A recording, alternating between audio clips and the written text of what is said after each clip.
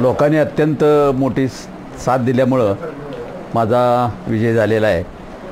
आणि खरं बघायला गेलं तर लोकांचे आभार मानावे तेवढे थोडे आहेत। सर्वसामान्यांच्या शक्तीमुळे हा विजय झालेला आहे।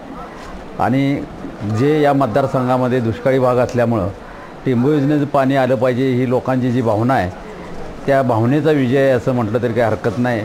आणि निश्चितपणानं आता विजयानंतर टिंबू योजनेचं पाणी या मतदारसंघात आणणे, पोट कॅनॉलनं पूर्ण करणे, योजना पूर्ण करणे आणि तालुक्याची जी 2 ठिकाणं आहेत विटा आणि आटपाडी त्या शहराचा सर्वांगीण विकास करणे हे माझं ध्येय राहील। आणि हा विकास करत असताना या निवडणुकीमध्ये खऱ्या अर्थानं तरुणांनी फार मोठं योगदान दिलेलं आहे।